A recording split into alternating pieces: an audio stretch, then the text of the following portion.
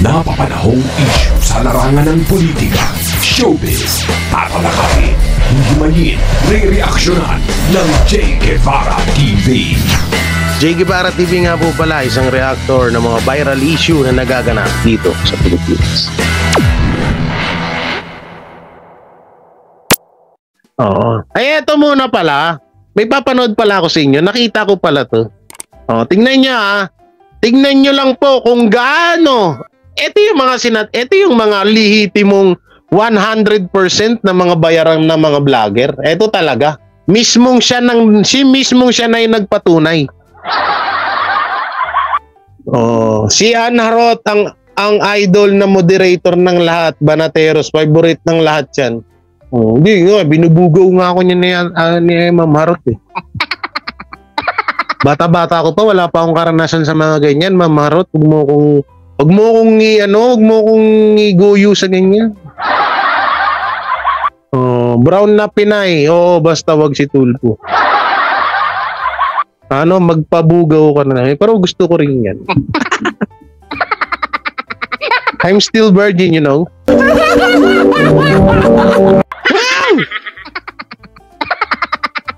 Pero alam niyo, nagugutom na ako. Hoy, eto. Oh, isang vlogger na nagpatunay na siya talaga ang bayaran. Oh, eto, panoorin nyo. Oh. Pakinggan nyo ha, maigi ha. Pakinggan nyo. Ako po, hindi ako member ng Kingdom. Pero ang akin ng pagrespeto kay Pastor, mahigit pa siguro sa member. Grabe po ang aking pagrespeto kay Pastor Tibuloy. Lahat sa kanya tulong. Lahat po siya ay bigay. Kahit hindi kilala, tinutulungan. Kahit hindi kilala, dinadamitan, pinakakain, pinag-aaral, kinakausap pag may oras. Ganun po siya. Walang kayabang-yabang. Simpleng-simple lang. Pag dumating sa isang lugar, nandyan lang siya. Pag hindi sinalapi, ganun lang, ganun kasimple.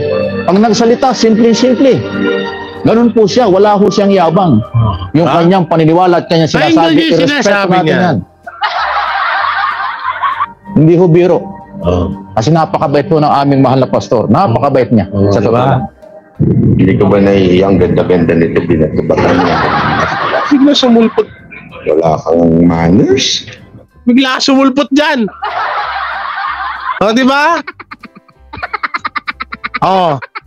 Eto na siya ngayon. Oh, a few moments later. The next day. Oh, eto ba? A few moments later. Eto na po siya ngayon. Eto na siya ngayon.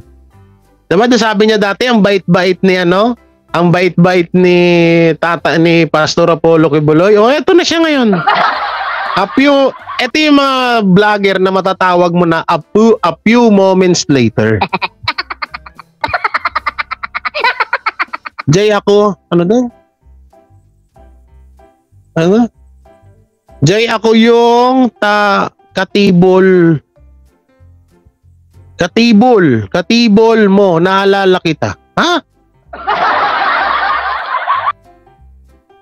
Aileen Narciso. Katibol saan? Hindi nga ako nagbabar.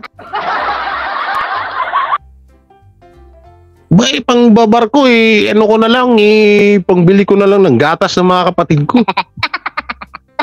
Hindi nga ako lumalabas ng bahay. Katibol pa. Tapos yung spelling pa ng tibol, katibol.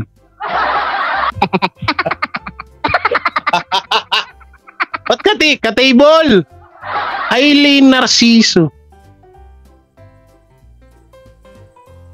Wala akong maalala. Bigla ako nagka-table. Baka katubol. Oy, kita mo, si Ma'am Harot, napaka-bad, talaga Good day, Boss Jay. Nabutan ko na naman ng live mo. Maraming salamat, Valerie, Ma'am Valerie. Huwag na akong Boss Jay. Kuya Jay na lang o kaya Jay. Yan. Si Ma'am Harot talaga, Alam niyo inaano talaga ako ni Ma'am. Wala akong kaalam-alam sa mga ganyan. Ang fresh pa ng utak ko, Nung bata ako pa, tapos ginaganyan-ganyan mo ako. Pinupush mo ako na maging open-minded. Grabe ka sa akin, Ma'am Harot. Dapat ikaw yung ate Ikaw yung mas matanda sa akin. Dapat, dinadaan mo ako sa matuwid na landas. Gago! Hindi yung dinadala mo ako na, sa kapahamakan. Oo nga, tinatama kita. Likot-likot mo kasi minsan. Alam mo naman yun. Alam mo naman yun, ba't malikot ako? Okay, eto na siya ngayon. Diba kanina, ang bait-bait ni Mike Abby kay Pastor. O eto na siya ngayon, O eto, Duterte, tinalo ni Trillanes sa kaso. O, tinalo na daw ni Trillanes sa kaso si Duterte. Iyak ang DDS dito. Watch this. Eto na naman si Watch this. Puta na, wala na kasing nanonood sa kanya. Alam niyo si Mike Abby, wala nang nanonood dito. Totoo lang, hindi katulad dati, ang tataas ng views nito. Oo, ngayon wala na Kaya nga puro to si Watch This. Opo. Kayo naman kasi, alam nyo naman na ganito yung bunganga ko dito. Tapos sumasabay pa kayo sa kain. Sorry po, sorry. Nakakabwisit yung mga topic na sinto-sinto, kwentuhan na lang tayo. Wala naman ako ma-upload. Mamaya, basta wag kayo alis. Sa 700 viewers, wag kayo alis. Extend ko to ng 1 hour. Magkwentuhan tayo, dali. Ayan pala gusto niya. Ayan pala gusto niya, ha? Kwentuhan. Sige, pagbibigyan ko kayo mamaya. Tapusin ko lang itong mga content natin. Pasok, boy, fake news! Rodrigo Duterte ay tinalo ni dating Senador Sani Trillanes Watch doon this! sa kailang kaso sa Korte Suprema. Watch this! Ganito po kasi ang nangyari. Kung yung magugunita noong pong panahon ni Gloria Macapagal-Arroyo. Ay, pambansang loyalista, shout out! Ng pag-aaklas si Trillanes noon na dating balat sibuyas nyo Pero hindi siya Nilda, ma'am, shoutout po. Siya po ay nakulong. Pero pagpasok ng Aquino administration, binigyan siya ng amnesty. Okay? So, nakalaya. Watch this! Dahil siya ay naging senador ulit, nahalal ulit siya bilang senador at nakalaya siya. Dahil sa amnesty na ibinigay ng Aquino administration. Pagpasok po ng Duterte administration, naglabas po ng isang proclamation si dating Pangulong Duterte at sinasabi na invalid o hindi dapat mabigyan ng amnesty si Trillanes. Dahil alam naman natin na matinding nagkukontrahan yan sa isyu ng politika at marami pang mga bagay sa loob ng 6 na taon under Duterte administration. At yan pong proclamation na yan na idineklara ni Duterte, dating Pangulo, sa pagsasabing hindi valid ang proclamation o ang amnesty ni Trillanes nakarating sa Korte Suprema. At pagdating sa Korte Suprema, tumagal ng ilang taon, ito nga po, mayroon ng desisyon ang Supreme Court at idinideklara. Anong Supron? Supreme! Yan, naka-script ka na nga, bubulol ka pa. Suprema. At pagdating sa Korte Suprema, tumagal ng ilang taon, ito nga po, mayroon ng desisyon ang Supreme Court at idinideklara. Subcrom? Ano subcrom? Akala ko ako lang bulol dito. Meron pa palang mas malala sa akin. Anong suprom? Ano chokoran? Sukron daw, sukron. Sukron. Supreme. Nag-isukrom. Partida yan, ha? Naka-ano ka pa? Naka-script ka pa? Damn! Dahil ito sa bubulol ka pa? Subcrom daw, subcrom court. Ano yun? Magsawi shoutout. Visit na to si Mike Abby. Walang niya ka. Nag-script ka na nga dyan. Kaya nga laging hanggang ulo mo lang yung background mo. Tapos nabubulol ka pa. Ay, salamat talaga. Akala ko ako lang yung bulol sa mundo. Meron pa palang mas malala sa akin. Yung isa attorney din. Yung isa attorney pa. Eto, panggap na attorney. Salamat talaga. May mas bulol pa pala sa akin. Replay natin para mas maganda. Korte Suprema. At pagdating sa Korte Suprema, tumagal ng ilang taon, ito nga po, mayroon ng desisyon ang Supreme Court at idinideklara legal ang amnesty na ibinigay kay dating Senador Trillanes. Okay? At idinideklara pa ng Korte Suprema na unconstitutional ang proclamation inilabas ng Duterte administration sa pagsasabing hindi dapat nabigyan o hindi sinasabing hindi po at walang amnestiya si Trillanes. So dalawa, hindi lang po yung pinagtibay na... Hindi ka ba naman sandamak na bobo, Mike Abe? Ito ay papaunawa ko sa'yo. Ay ako kasi hindi na rin ako masyadong naniniwala sa'yo, Mike Abe, kasi more on fake news ka eh. Pero ito kung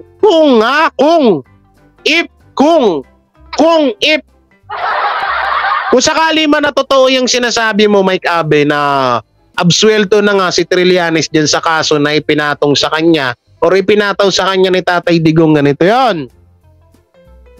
Unang-una, bago pangalawa, pangatlo, kakampi na ni Trillanes ang gobyerno ngayon.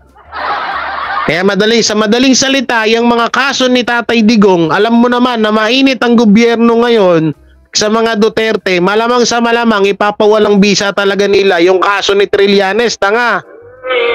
Kaya wag mo sa amin ipagmalaki yan dahil alam na namin yan. Dahil alam na namin na pagkatapos ng termino ni Tatay Digong, si Dilima at si Trillanes, mapapawalang bisa yan. Makakalaya yan. Mawawala, madidismiss ang mga kaso niyan. Hindi kami tanga, hindi kami katulad mo ha. Hindi kami pinanganak kahapon. Magsisipa na naman kita eh. Bobo lang. Supreme Court ang amnesty na ipinataw kay Trillanes ng Aquino administration. Maliban sa panalong yan, idineklara pa ng Korte Suprema unconstitutional ang ginawa ng Duterte administration. Kaya dahil dyan, natalo si Duterte ni Trillanes sa kaso. So ngayon, ang lumalabas... ngayon, natalo ni Trillanes si Tatay Digong sa kaso. Sino yung lumalabas na tanga ngayon sa inyong tatlo? Di ba, ikaw? Paano ko nasabing ikaw? Malamang, kakampi na ni Trillanes ang gobyerno ngayon. Kung sa tingin mo ba ay ang Duterte pa rin ang nakaupo sa gobyerno, sa tingin mo mapapawalang bisa yung kaso ni Trillanes na yan? Na alam naman nating guilty siya dyan? Ano ka ba, Mike Abe? Ang tagal mo na, paulit-ulit na lang ako eh. Ang tagal mo na sa politics ah. Parang bago ng bago. Ano nangyari sa'yo? Siguro imbis na kanin sinasahing mo, pera na. Kaya walang sustansya yung utak mo. Damn! Gago! Diba? Utangin na yan. Common sense na yun. Malamang sa malamang talagang mapapawalang bisa. Kung totoo man ha. Kasi hindi ko yan ni-research eh. Hindi ko tinignan kung totoo ba yung sinasabi nitong lokong to. No? Kaya nireactionan ko to na lang ng rekta. Ano? Kasi kung totoo man yan, bakit, diba? Common sense na yun na mawawala talaga yung kaso niyan eh. Kakampi na yung gobyerno ngayon. Tigil-tigilan mo nga kami, Mike Abe. Anong tingin mo sa amin? Kasing tanga mo? Sabi? Ang J. Guevara, ang pagkabulol mo ay baliwala lang para sa amin ng conviction and loyalty most is everything for us, lalo na taga Davao kagaya namin ni pambansang loyalista. Hindi ako minsan yung pagkabulol ko minsan sinasadya ko yun. Tutukan mo nga ng pangkamot yan. Hindi, nanggigigil ako dyan eh. Nagkukulay blue kasi pag ginaganong ko, may magic tong pangkamot ko eh. May magic kasi yan eh. Pag ginanyan ko yun, nagkukulay blue. Tingnan mo, lalong pumapangit si Mike Abe. Kaya hindi ko na tinututok eh. Visit na to si Mike Abby na to. Ginawa tayong tanga. Para tayong ginawang pinanganak tayo kahapon. Mapapawalang bisa talaga yan. Eh, galit nga ang gobyerno sa mga Duterte. Malamang sa malamang, lahat ng kalaban ng Duterte, ipapi-absuelto nila yan. O, speaking of kalaban, no, katulad ng pinanood natin kanina na video, yung kay Risa Anlivirus. O bakit yung kaso niya na yun hindi na napag-uusapan? O kasi kakampi ng gobyerno yan eh. Alam mo ngayon ito, kung sakali mang magkalaban or questionin ni Risa etong si Marcos, palabas na lang yun. Ako na nagsasabi sa inyo, palabas na lang yun.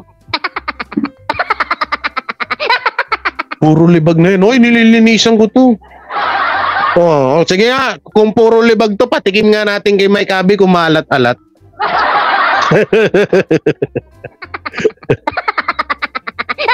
Bigyan mo kami ng pangkamot na yan, Jay. Mag-reseller kaya ako nito, no? Ay, hindi, alam mo yung gumagawa ko nito? Oo nga, gawa na lang kaya ako nito. Sige, tapos lalagyan ko dito, Jay Guevara TV, no? So, pwede, no? Sa magkano, 800 viewers. Kung sa 800 viewers, bibili ng pangkamot ko sa halagang 5,000. So, sa 800, wait lang, i-mat natin, mat. Nagkaroon ako ng idea. Naggumana yung pagiging business-minded ko. Okay? 5,000 times 800. Di ba? May 400,000 ako. Di ba? Oo, pwede ko palang gawing negosyo tong pangkamot na to. Benta ko sa inyo 5,000. Pwede ba? Sino, dyan? Ngayon pa lang, mag-advance na kayo. Gawan ko na kayo nito. Palo-palo ko talaga, G.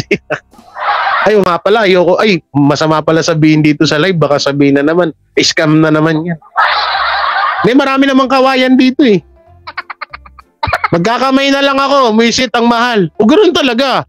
Vlogger eh. Tapos may pirma ko pa, may mukha ko pa. Double purpose, pang takot ng daga. Di ba? Pag maraming daga sa inyo, ilagay mo lang to sa lapag ng bahay nyo. Takot, wala, magsisilayasan yun, pati langgam. Hindi ka na bibili ng panglason sa daga. Ito na lang gagamitin mo. Di ba? Lagay mo lang dyan. Pang habang buhay pa to, huwag mo lang puputulin. Kano? Okay mo. Sino? 5,000. With the signature at lalagyan ko na lang ng mukha ko dito. Banda. Game? Grabe naman ngayon. Oy, Sir Randall, makakabili na ako ng motor ko nun. 400k. Magkano yung sabi mo kaninang motor? Dominador? 200k yun, 400cc. May 200k pa ako, pang puhunan. Magbababuyan ulit ako. Diba? Business-minded. Business mind. 5 peso pwede. Grabe naman, kakuripot naman ito ni Ma'am Alex G. 5,000. Sige, gawin ko na lang 4,999. May less kayong piso. Di ba? Pura na yun. Yan, binawasan ko na. Marami sa bagay na 8 pesos. Hindi naman, sarili kong gawa eh. Sabi ni Mami Dolly. Meron din ako niyan. Mango Note ang tawag dito. Mango Note. Sa akin, J, Pangko Note. Ako, isa J. Si Mami Teresa Arong. Totosin, nag-advance na yun. Advance na ako dyan eh. Nangutang na ako dyan kanina ng 5K. Wala lang pambiling bigas eh. Mami Rena, Mami Teresa, para quits na tayo. Gawan kita nito. Para May cellphone ba yan connected? Ang alin? Eto? Yun tingnan mo. Tsaka ito, mas maganda kasi yun Oh, nagma-magic siya, oh. Oh, 'di ba? Scammer ka talaga. Grabe ka, JC, pag mo. Hindi, ano talaga, mo. Hindi, totoo, may ano ba, kulang, mango note, J. Kulang na lang talaga sa akin, puhunan. Oh, meron naman akong baboy, kaso, ang hirap pala ng yung baboy na hindi puti. Oo nga, yan, baboy namin ni Mami Teresa yun, siya nag-sponsor sa akin. So, pinagyayabang ko lang, kasi baka sabihin ng iba dyan, wala daw nagtitiwala sa akin.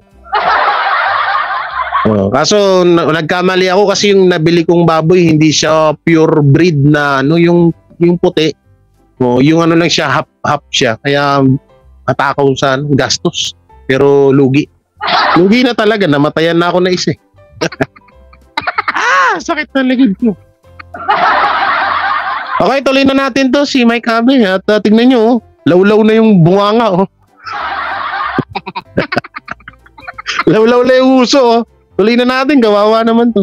Dahil siya ay talagang pasok sa amnesty, wala na siyang problema.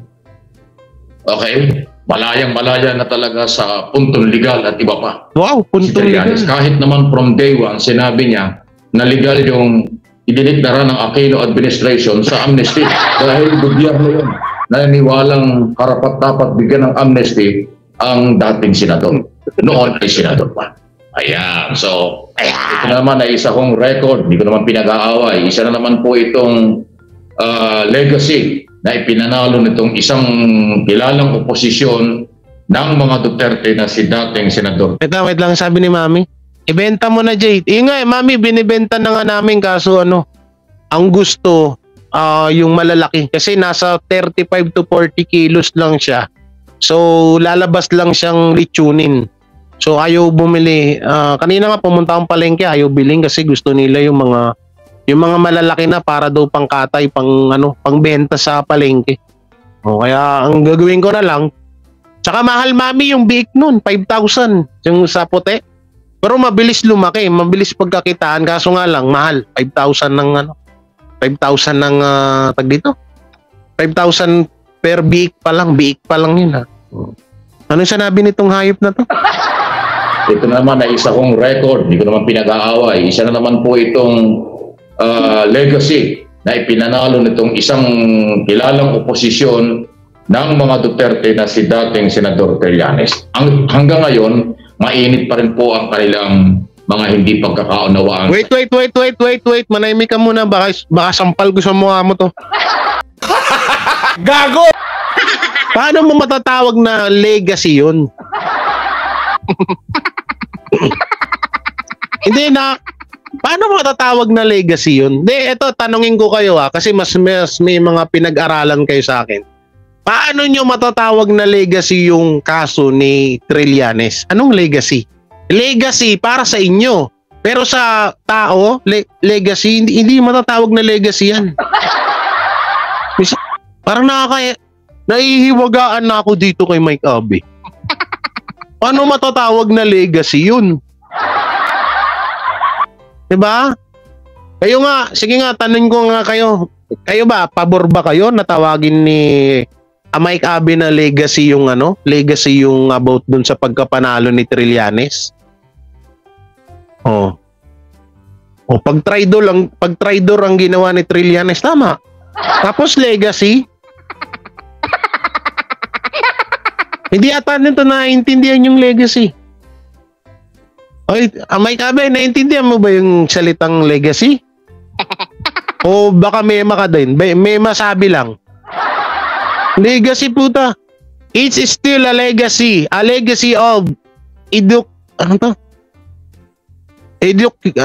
Rasi. Bubulo na naman ako dito kay Ma'am Janice. Hindi ko makita, gag.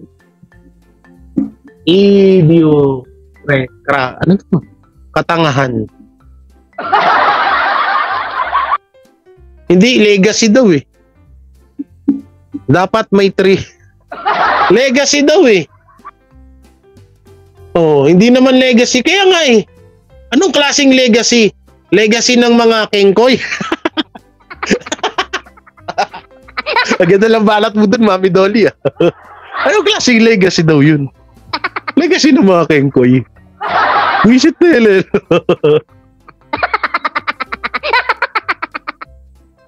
Pwede pa siguro, no? Pwede pa siguro na matawag mong hindi rin pwedeng tawaging history eh. Kasi una-una hindi naman para maging history dito yung mga nangyayari kay Trillanes. 'Di ba? Pag legacy parang ang labo. Anong katangahan yan, Mike Abe? Legacy. Ano yung para gumanda lang yung pananalita mo, gagamit kang words ng legacy na hindi naman connect or hindi naman angkop dun sa sinasabi mo? Di ba? Bobo lang. Hindi nakakabobo. Paano matatawag na legacy yun? O isa na naman legacy ang nangyari sa ano ng oposisyon ng Duterte. Oh. Paano magiging legacy? Yung bobo talaga nito. Mga pagpapatakbo ng gobyerno, mga programa at kung ano, katunayan lalo pang uminit. Kasi ang mga hindi pagkakaunawaan sa isyu ng mga pagpapatakbo ng gobyerno, mga programa at kung ano, katunayan lalo pang uminit. Kasi si Trillanes din po ang paulit-ulit na nagsasabi na maraming pagkakamali ang Duterte administration at dapat anya papanagutin. Especially dun sa pinasok na gentleman agreement sa China para nga po huwag kumpunahin, i-develop ang BRP Sierra Madre sa Ayungin, West Philippine Sea. Although inaamin ni Duterte sa magitan ng kanyang abogado na hindi daw niya ginawa. Pero si Trillanes naninindigan, managot ka, magpaliwanag ka. At tutunayan, nabanggit ko na nga po sa ibang video, meron ng resolution si Senador Risa Ontiveros 982. Ano pa ba yung isang video na nireaksyonan natin na meron din si Trillanes na secret yung confidential na yon, ano ba yun? Alam nyo Mike Abe, Trillanes, Risa, Franz, Trillanes, Tamba, Mike Abe, sino pa? Kasama mo na si Maring Jarrett para meron kayong tigabit-bit ng bag. Bumuo kaya kayo ng party list. Oo nga, bumuo kaya kayo ng party list. Hadlang kapatid ni Hudlom party list. Hindi, bagay yun, bagay sa inyo yun. Ulitin ko Hadlang kapatid ni Hudlom party list. Ang ganda nun. Una-una kasi kayo yung mga hadlang sa Duterte, no? At Hudlom sa bayan. Kala nyo walang meaning yun, Kala nyo ganun-ganun lang yung sinabi ko, kayo ang mga hadlang sa mga Duterte at Hudlom sa bayan. Bars. Galing. Kaya magbuo kayo. Maganda yon. Magandang pangalan ng party list yun. Hadlang. Kapatid ni Hudlom party list. Number 69. Ewan ko ba rito sa mga to? Layunin mag-imbestiga in aid of legislation ng Senado. Saka ito ito pa isa. Ang title mo at ang topic mo is Duterte about Trillanes at kaso. Ngayon, paano na connect yung West Philippine Sea? 'Di ba? Paano na connect? Alam mo, Mike Abe, sa sobrang kabubuan mo, sumobra na. Pero mo Duterte, tinalo ni Trillanes sa kaso, nandun tayo sa kaso eh. Akala ko, yun yung sasabihin mo. Ba't napunta? Kita mo, magugulat tayo, sisingit niya rito si Kibuloy. Lahat ng may kinalaman sa gentleman agreement at magpaliwanag sa taong bayan, including former President Duterte. Ayan. So, ibig sabihin, Trillanes, Ontiveros na identify sa lehitimong oposisyon na sila'y dating nasa hindi man magkasama sa Liberal Party, pero sila po ay magkakasama nung araw sa oposisyon hanggang ngayon. At sila rin, lalo na si Trillanes, ay nagdeklara na sila ay sumusuporta kay Pangulong Marcos. Yung kanyang Magdalo party list, yung kanyang Magdalo sisingit si Kibuloy dyan, tingnan mo. samahan ng mga Magdalo na dating mga sundalo, ang karamihan dyan, ay nagdeklara na ng pagsuporta kay Pangulong Marcos sa Lapit, kanyang nararamdaman ko na. at paninindigan sa isyu ng presidency. Pero dahil galing din sa oposisyon si Trillanes, galing din naman sa oposisyon, kasalukuyan nasa oposisyon si Risa Ontiveros, Nararamdaman ko na. yung galawan na gustong papanagutin si Duterte at iba pa doon sa di o mano ay gentleman agreement. Yun oh, gumiti din ah. In fairness ha, ngumingiti na ngayon si Mike Abe kasi nagdidi-umano na siya. Mike Abe, mukhang nahalata ko na talaga, mukhang nanonood ka sa akin. Kasi in fairness ha, simula nung binabanatan kita ng paulit-ulit, nire-reactionan kita ng paulit-ulit, nagdidi-umano ka na. Imbis, nagusto ko sa'yo, sumusunod ka. In fairness ha. Tsaka in fairness ha, ngumiti ka ngayon ha, in more than 150 years, nakita ka na namin ngumiti. In fairness ha, may dimple ka pala ha. Kamukha mo pala si Arnold Clavio pag gumingiti ha.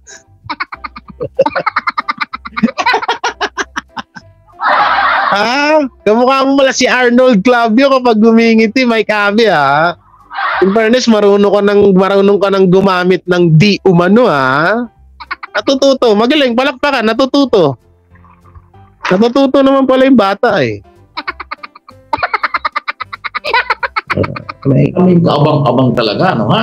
So, hindi pa ho natatapos. Sinakabahan ako, Lalo baka na ngayon madamay. nanalo nga si Trillanes, ang hanay ng oposisyon sa kanilang kausa. Baka madamay si Kibuloy. Kung magiging agresibo ang kanilang mga sasabihin sa kung anong kanilang masisilip sa nakaraang gobyerno. Asahan na natin na mainit ng painit ito ang usapin sa pagitan ng Trillanes at ng mga Duterte. Hindi lang ang ating Pangulo. Dahil alam mo naman, bumabanat din yung Pulong Duterte at saka yung Vice President sa isyong ito. Ito na yan. So lalo pong Kinakabahan ako. ang paninindigan ni Trillanes tungkol dyan. Dahil nga po, siya ay nanalo. Okay? Na. So kaabang-abang, yan ay isang puntong Mga madamay si Kibuloy. Samantala, sa iba nating mga balita, ano po, ang isa ho, nabanggit natin ang Resolution 982. Ito na naman, si Amy Marcos. And Parang talagang Safe mo. ngayon pa lang, kahit naka-recess na, iba yung kanyang mga statement. mukhang safe si Kibuloy ha. Resolution ni Ontiveros, ay ayaw niya. Mukhang safe ha. Parang di daw kailangan pa yan. Parang ganun. So madalit sabi, malinaw na gusto niyang proteksyonan ang kanyang kaibigan na si Duterte. Ayun, kinabahan ako. Nakakapagpaka dahil Akala ko si Kibuloy na naman hindi pa naman na i-repair sa kung anong komite kasi naka-resist pa ang Kongreso. Ganun po yan eh. Pag nag-file ka ng resolution, Akala ko si dadaan Kibuloy sa na Committee naman. on Rules, then ang rules at ang majority leader, siya yung mag-a-assign kung anong komite ang pwede mag-imbestiga. Okay. Eh, paano kung sa Committee on Foreign Relations, bumagsak yung resolution ni Tuberos? O hindi si Amy Marcos ang chair. Oy, Ontiveros, hindi Tuberos. Narinig niyo yan? Tuberos daw, Tuberos. Punta na, may pasimpleng banat ka din sa mga opposition na may kabi ha. Paano yan? Oy, Mike, ay eto ha, mukhang ano po. Mukhang maliligtas po ngayon si Kibuloy. Mukhang pinanindigan na ni Mike Abe na hindi nga siya talaga bitter. Mukhang first time in ever sa halos 150 years. Hindi na po ata mababanggit sa video, first time ever na hindi mababanggit ni Mike Abe etong si Pastor Apollo Kibuloy. Ilan na lang natitira sa minutes niya? 2 minutes na lang na parang hindi niya po mababanggit si Kibuloy sa isang video na to. Sana po, sana. Yun pa lang, may pagtutol na siya. Parang hindi na daw kailangan yan. Parang yan daw ipangigipit naman sa dating Pangulo. Nakita mo? hindi pa nga nag-uumpisa, pinagtatanggol na. So, abangan natin tulad ng sinabi ko sa nakaraang mga video, lulutang at lulutang ang mga senador na pro-Duterte sa issue ng West Philippine Sea. At yung ibang mga senador, may pagka-pro-China rin. So, sila ho yan eh. Vlogger, followers, supporters, at ilang politiko. Ilan lang naman po. Okay? Yon ang kaabang-abang sa galawan nila. Talagang alam katapusan eh. Pag sinilip mo, lutang na lutang ang mga personal interest, pagkakaibigan, utang na loob, ay nasa na yung karapatan ng taong bayan. Nasa na yung dapat ang taong bayan ng paglingkuran. Dahil sila yung mga elected dati at kasalukuyang elected sa kanilang iba't ibang posisyon. Ay hindi makakalusot sa atin yan. Tatalakayin at pag-uusapan ng aking mga channel, Mike Abe Opinion at MA Pinoy TV, ang ganyang klase ng mga argumento na nakakalito at higit sa lahat, malayo sa inaasahan at expectation ng taong bayan, papabor sa kanila. Mukhang pumapabor lang sa mga kaibigan at pinagkakautangan ng loob. Hindi pwede yan. Yes! Sa wakas, first time ever na hindi po nabanggit ni Mike Abe itong si Pastor Apollo Kibuloy. Grabe yun. Napahanga mo ko, Mike Abe. Sa wakas, napahanga mo ko. Himala, hindi mo na isama si Kibuloy ngayon sa content mo. Ang galing mo, ang galing.